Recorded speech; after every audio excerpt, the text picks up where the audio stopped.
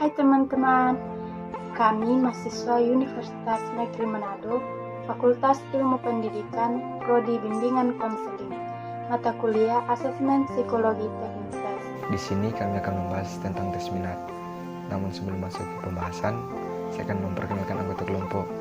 Yang pertama itu ada saya, Crispian Brainer Sasuhu.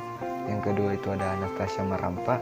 Yang ketiga itu ada Widiantang BR Tarigan. Yang keempat itu ada Ristika Wawer. Dan yang kelima itu ada Astra Mokodompit. Sini kita akan membahas pengertian minat. Minat adalah kecenderungan dalam diri individu untuk tertarik pada suatu objek atau menyenangi suatu objek. Misalnya, minat terhadap pelajaran, olahraga, atau hobi. Dalam menjalankan fungsinya, minat berhubungan erat dengan pikiran dan perasaan.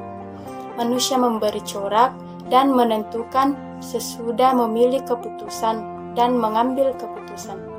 Sesuatu hasil pengalaman yang tumbuh pada diri individu dan dianggap bernilai oleh individu tersebut adalah kekuatan yang mendorong seseorang itu untuk berbuat sesuatu. Jadi, pengalaman yang dianggap bernilai merupakan faktor yang turut membuat minat pada diri individu. Pengalaman memberikan motivasi serta kekuatan pada diri individu untuk melakukan sesuatu. Secara umum, minat dibagi menjadi dua jenis. Yang pertama, minat vokasional dan minat avokasional. 1. Minat vokasional. Minat vokasional merupakan minat terhadap bidang-bidang pekerjaan. Minat vokasional dibagi menjadi minat profesional, komersial, dan kegiatan fisik. Minat profesional.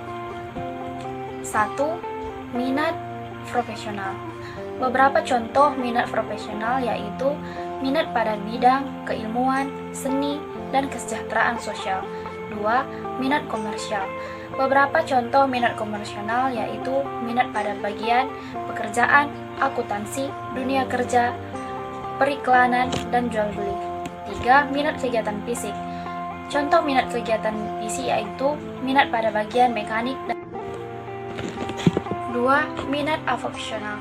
Minat avokasional merupakan minat terhadap suatu hal yang dilakukan untuk memperoleh kepuasan atau dilakukan atas dasar hobi atau keinginan. Faktor-faktor yang mempengaruhi timbulnya minat seseorang. Yang pertama itu ada faktor kebutuhan dari dalam.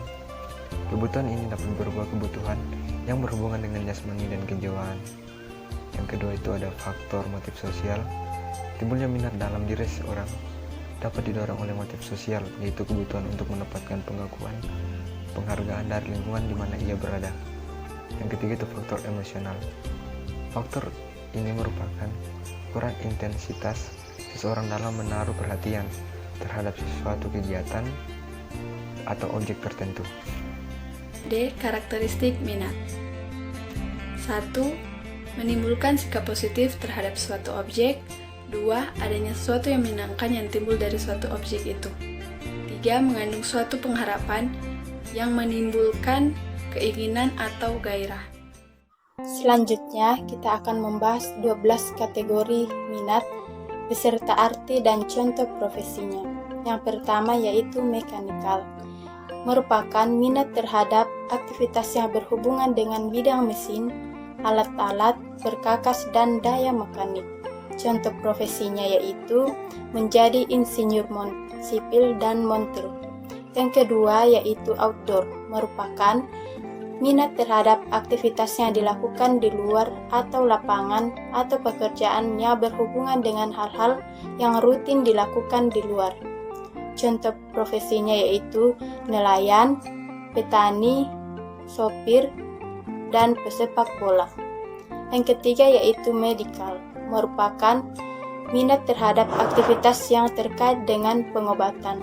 Contoh profesinya yaitu dokter, ahli bedah, perawat, farmasi, dan fisioterapi.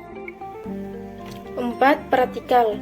Minat terhadap aktivitas yang berkaitan dengan pelajaran praktis yang bisa dilakukan dengan keterampilan. Contoh, ahli bangunan, karya pertukangan. 5. Klarifikal. Minat terhadap aktivitas yang berhubungan dengan tugas-tugas rutin yang memerlukan ketelitian dan ketepatan dalam perhitungan. Contoh manajer bank, sekretaris, pegawai. 6. Social service. Minat terhadap aktivitas yang berkaitan dengan kesejahteraan masyarakat, keinginan menolong, membimbing, dan menasehati, keinginan mengerti orang lain, dan mempunyai ide. 7. Musikal. Minat terhadap aktivitas yang berhubungan dengan musik, baik itu memainkan, mendengarkan, bernyanyi, atau membaca sesuatu yang berhubungan dengan musik.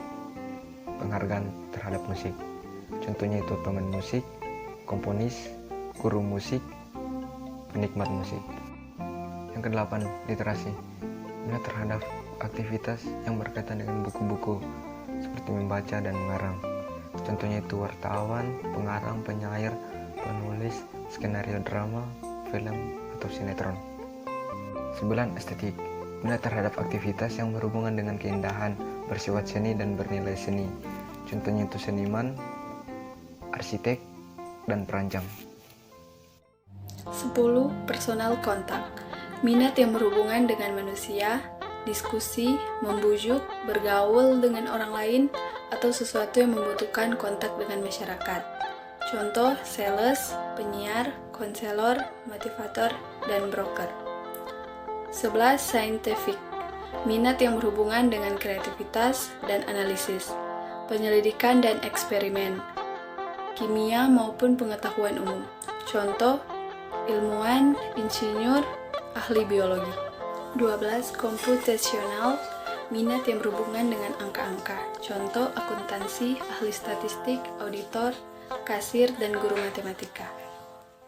Pada umumnya, hasil tes minat digunakan dalam 4 bidang terapan, yaitu yang pertama konseling karir bagi siswa di sekolah, yang kedua konseling pekerjaan bagi karyawan, yang ketiga itu penjurusan sekolah siswa lanjutan atau mahasiswa, yang keempat itu perencanaan bacaan dalam pendidikan dan latihan. Oke, sekian pembahasan dari kelompok kami tentang materi tes minat. Kurang dan lebihnya ya kurang atau lebih-lebih. Jika ada tanggapan dari teman-teman sekalian, dari guru-guru maupun dosen, silakan, dan jangan lupa untuk tetap tersenyum.